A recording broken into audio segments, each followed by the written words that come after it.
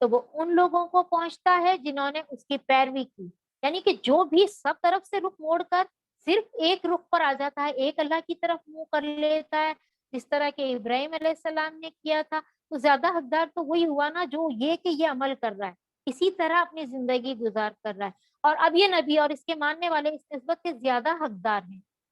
اللہ صرف انہی کا حامی اور مددگار ہے جو ایمان رکھتے ہیں۔ اے ایمان لانے والوں، اہل کتاب میں سے ایک گروہ یہ چاہتا ہے کہ کسی طرح تمہیں راہ راست سے ہٹا دے، حالانکہ در حقیقت وہ اپنے سوائے کسی کو گمراہی میں نہیں ڈال رہے ہیں، مگر انہیں ان کا شعور ہی نہیں۔ وہ یہ چاہتے ہیں کہ تمہیں گمراہ کر دے، تمہیں بھٹکا دے، حالانکہ تو خود ہی بھٹکے ہوئے لوگ ہیں۔ اے اہل کتاب، کیوں اللہ کی آیتوں کا انکار کرتے ہو، حالانکہ تم خود ان کا مشاہدہ کر رہے ہو، تم خود دیکھ رہے ہو، ساری باتیں تمہارے سامنے روشن ہے، تم خود سب کو جان رہے ہو۔ اے اہل کتاب، کیوں حق کو باطل کا رنگ چڑھا کر مشتبہ بناتے ہو، کیوں جانتے بوجھتے حق کو چھپاتے ہو۔ اے اہل کتاب، اہل کتاب میں سے ایک گروہ کہتا ہے کہ اس کے نبی کے ماننے والوں پر جو کچھ نازل ہوا ہے اس پر ایمان لاؤ اور شام کو اس سے انکار کر دو، شاید اس ترکیب سے یہ لوگ اپنے ایمان سے پھر جائیں۔ اب یہ لوگ جو کرتے تھے مان کر تو نہیں دے رہے، تو اس کے علاوہ اور بھی بہت سی سازشیں کرتے تھے دین کے خلاف، آپ صلی اللہ علیہ وسلم کے خلاف۔ تو ان لوگوں نے ایک چال یہ چلی تھی کہ مدینہ میں جو آس پاس یہود رہتے تھے وہ یہ کیا کرتے تھے کہ اپنے میں سے کچھ ایجنٹ تیار کرتے تھے کچھ لوگوں کو، اور ان کو یہ سمجھا کے بھیجتے تھے، لالچ دے کے تم جاؤ ہم تمہیں یہ دیں گے، اور تم جا کے کیا کہو، کہہ دو کہ ہم ایمان لے آئے، ہم بھی مسلمان ہو گئے۔ اب یہ جو یہودی لوگ تھے، جو شرپسند یہ جو لوگ تھے، یہ آتے اور یہ کہتے کہ چلو ہم ایمان لے آئے، اور جب شام کا تھوڑے دیر رہتے اور پھر کیا کرتے، کہتے کہ ہاں بھائی دیکھ لیا، یہ دین اور یہ نبی اور یہ رسول کچھ خاص بات نہیں ہے، کچھ ان میں ہے نہیں دم، تو یہ خرابیاں ہیں ان میں، تو چھوڑو۔ اب جو دوسرے لوگ تھے، جو کمزور دل والے، کمزور ایمان والے لوگ تھے، تو وہ ایک بار پھر سے شک میں پڑ جاتے تھے۔ تو یہ ان لوگوں کی ایک چال تھی لوگوں کو دین سے پھیرنے کے لیے۔ یہ لوگ آپس میں کہتے ہیں کہ اپنے مذہب والے کے سوائے کسی کی بات نہ مانو، اے نبی ان سے کہہ دو کہ اصل میں ہدایت تو اللہ ہی کی ہدایت ہے، اور یہ اسی کی دین ہے کہ کسی کو وہی کچھ دے دیا جائے جو کبھی تم کو دے دیا گیا تھا، یا یہ کہ دوسروں کو تمہارے رب کے حضور پیش کرنے کے لیے تمہارے خلاف کبھی حجت مل جائے۔ اے نبی ان سے کہو کہ فضل و شرف اللہ کے اختیار میں ہے، جسے چاہے عطا فرمائے، اللہ واسع علیم، اور اللہ تو بہت وسعت والا ہے، بہت حکمت والا ہے، بہت علم والا ہے۔ تو جس کو جو نبوت ملی، تو ان لوگوں کو لگتا تھا کہ یہ ہماری پراپرٹی ہے، یہ ہماری ملکیت ہے، یہ اور کسی کو نہیں ملنی چاہیے، جو بنی اسرائیل کے پاس ہے وہ بنی اسماعیل کو کیسے مل سکتی ہے، یہ نبی یہود ہمارے میں سے بنی اسرائیل میں سے کیوں نہیں ہے، یہ امی کیسے ہو سکتے ہیں؟ تو کہا کہ یہ کہ تمہاری پراپرٹی تھی، تمہاری اجارہ داری تھی، تم مالک تھے اس چیز کے کہ تم کسی کو فضل دو گے، فضل کا مالک کون ہے؟ اللہ تعالیٰ ہے، وہ جس نے تم کو بھی دیا تھا وہ کسی کو بھی دے سکتا ہے، اور اللہ سب کچھ اپنی رحمت کے لیے وہ جس کو چاہتا ہے وہ چن لیتا ہے، اس کا فضل بہت وسیع ہے، بہت بڑا فضل، جسے چاہے وہ دے، وہ مالک ہے، تم کون ہوتے ہو اس پر آبجیکشن کرنے والے؟ اہل کتاب میں کوئی تو ایسا ہے کہ اگر تم اس کے اعتماد پر مال و دولت کا ایک ڈھیر بھی دے دو تو وہ تمہارا مال تمہیں ادا کر دے گا، اور کسی کا حال یہ ہے کہ اگر تم ایک دینار کے معاملے میں بھی اس پر بھروسہ کرو تو وہ ادا نہ کرے گا۔ ان لوگوں کے بارے میں اللہ تعالیٰ بتا رہے ہیں کہ ان میں بھی اچھے لوگ بھی ہیں اور برے تو ہے ہی ہیں۔ کچھ لوگ ایسے ہیں کہ اگر تم ان کو امانت داری کے بارے میں بتایا جا رہا ہے کہ اگر تم ان کے پاس ایک ڈھیر مال بھی رکھوا دو تو یہ واپس لوٹا دیں گے، اور کچھ لوگ ایسے ہیں کہ اگر تم ان کے پاس ایک سکہ بھی رکھوا دو تو یہ ہرگز دینار بھی تم کو واپس نہیں لوٹائیں گے، یہاں تک کہ تم ان کے سر پہ سوار ہو جاؤ۔ ان کی اخلاق کی جو یہ حالت کا سبب ہے وہ یہ کہ وہ کہتے ہیں کہ امیوں سے، جو غیر یہودی لوگ ہیں، ان کے معاملے میں ہم پر کوئی مواخذہ نہیں ہے، اور یہ بات وہ محض جھوٹ گھڑ کر اللہ کی طرف منسوب کرتے ہیں، حالانکہ انہیں معلوم ہے کہ اللہ نے ایسی کوئی بات نہیں فرمائی ہے۔ یہ جو ان لوگوں نے اپنی کتابوں میں جو تحریف کر لی تھی، تو ان لوگوں کا یہ عقیدہ بن گیا تھا، ان لوگ یہ مانتے تھے، ان لوگوں نے گھڑ لیا تھا یہ اعتقاد کہ ہم سے جو امیوں کے بارے میں کوئی سوال نہیں کیا جائے گا، صرف جو اسرائیلی لوگ ہیں ان کے بارے میں ہم سے پوچھ گچھ ہوگی۔ تلمود میں کہا گیا ہے کہ اگر اسرائیل ہی کا بیل کسی غیر اسرائیلی کے بیل کو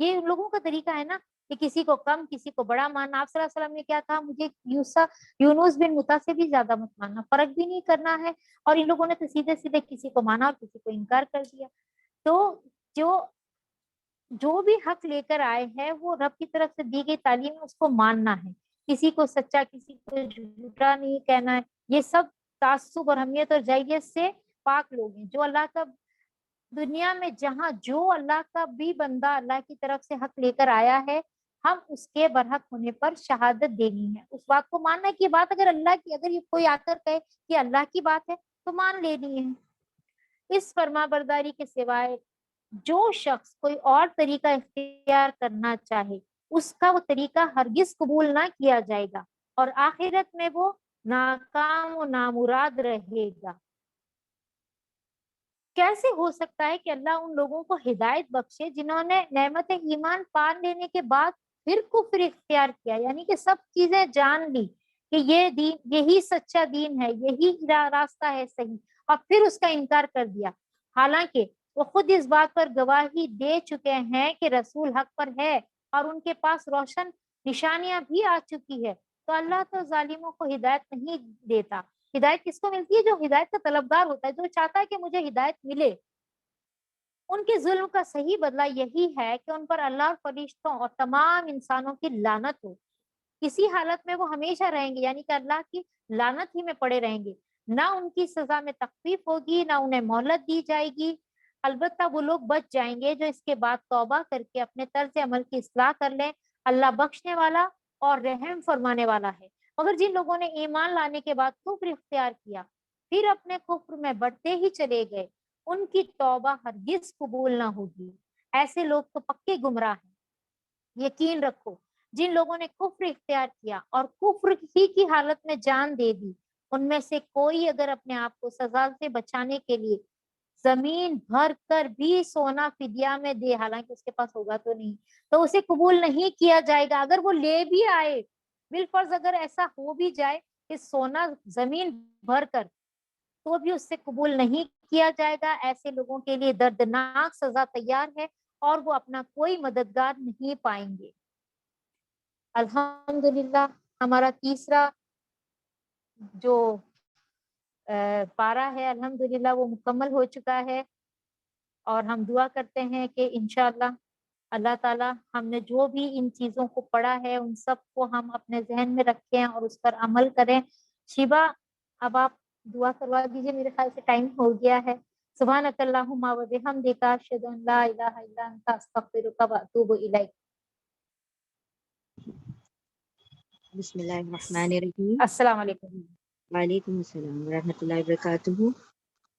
سبحان اللہ و بحمدہ سبحانک اللہم و بحمدک نشہد ان لا الہ الا انت نستغفرک و نتوب الیک. سبحان ربک رب العزت عما یصفون وسلام علی المرسلین والحمد للہ رب العالمین برحمتک یا ارحم الراحمین.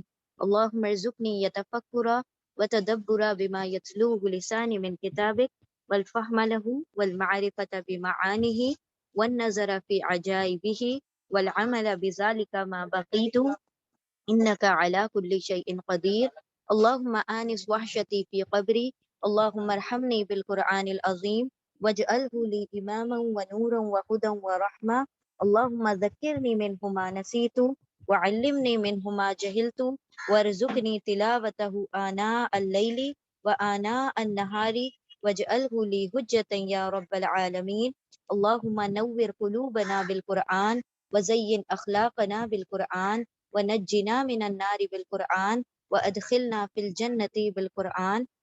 اے اللہ اس قرآن کریم کو ہماری آنکھوں کا نور بنا دے, ہمارے دلوں کی ٹھنڈک بنا دے. اے اللہ اس قرآن کریم کو ہماری قبروں کی وحشت دور کرنے کا ذریعہ بنا دے, اور ہم پر اس قرآن کے ذریعے سے رحم فرما, اور اس قرآن کو ہمارے لیے امام, ہمارا لیڈر بنا دے, ہمارے لیے نور کا ذریعہ بنا دے, ہمارے لیے ہدایت اور رحمت کا ذریعہ بنا دے. اے اللہ اس قرآن میں سے جو بھی ہم سیکھیں یا اللہ اسے ہم نہ بھولیں.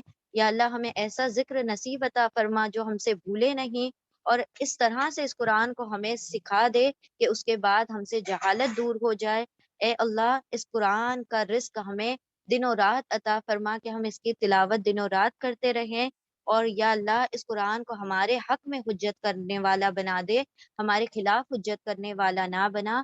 اے اللہ اس قرآن کو ہمارے دلوں کا نور بنا دے، اور اے اللہ اس قرآن کے ذریعے سے ہمارے اخلاق درست فرما دے، اور اس قرآن کو ہماری جنت میں داخلے کا ذریعہ بنا دے اور جہنم سے نجات کا ذریعہ بنا دے۔ اللہم اغفر لی بالقرآن، یا اللہ ہماری مغفرت فرما دے اس قرآن کے ذریعے سے۔ اللہم ارحمنا بالقرآن، یا اللہ ہم پر رحم فرما اس قرآن کے ذریعے سے۔ اللہم اہدنا بالقرآن، یا اللہ اس قرآن کے ذریعے سے ہمیں ہدایت نصیب عطا فرما۔ اللہم ارزقنا بالقرآن، یا اللہ اس قرآن کے ذریعے سے ہمیں رزق نصیب عطا فرما۔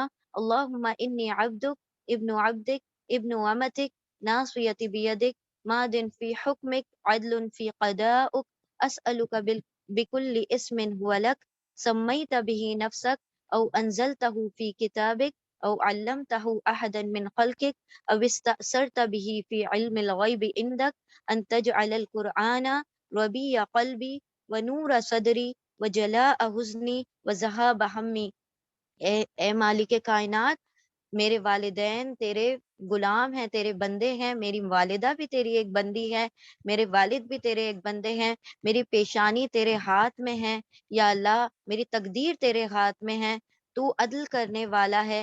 یا اللہ میں تیرے ہر نام کے ذریعے سے تجھ سے سوال کرتی ہوں، ہر وہ نام جو کہ تو نے اپنی کتاب میں لکھ رکھے ہیں، یا وہ جو تیرے نفس میں تیرے پاس ہیں، تیرے علم میں ہے، یا رب میں ہر اس نام کے ذریعے سے تجھ سے سوال کرتی ہوں جو تو نے ہمیں بتا دیے ہیں اس قرآن کے ذریعے سے، کہ یا رب اس قرآن کو ہمارے دلوں کی بہار بنا دے، ہماری آنکھوں کا نور بنا دے، ہمارے سینے کا نور بنا دے، اور اس سے ہمارے غم اور حزن کو دور کرنے کا ذریعہ بنا دے۔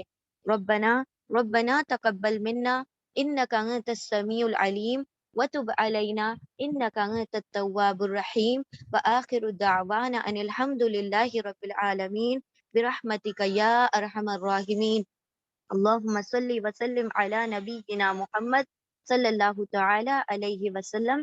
یا اللہ ہم نے جو بھی قرآن پڑھا، یا اللہ اس میں اگر کوئی لغزش اور خطا ہو گئی ہو تو یا اللہ اس کو معاف فرما، اور جو چیز حق لوگوں تک پہنچ گیا ہو یا اللہ اس پر ہمیں عمل کرنے کی توفیق عطا فرما، اور جو عمل ہم کریں یا اللہ اسے اپنی بارگاہ میں قبول عطا فرما۔ وآخر الدعوانا ان الحمد للہ رب العالمین، آمین یا رب العالمین۔ جزاکم اللہ خیرا کثیرا۔ السلام علیکم ورحمۃ اللہ وبرکاتہ۔